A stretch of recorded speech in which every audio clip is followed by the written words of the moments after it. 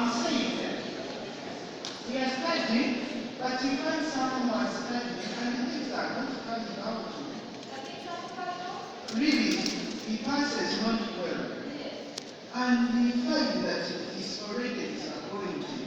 That maybe after that failure of that subject, what that is studies is a total failure for sure. Because others are doing it well with 90s, for him comes with less marks, and there is that kind of comparison. That maybe also really hard and the pass is a good best at successful studies. Right? But for me, I know to have failure because our thought has failed. See that in the world they also be the same failure as it, and they also exceeded well as winners. I don't know how that is. Career opportunities.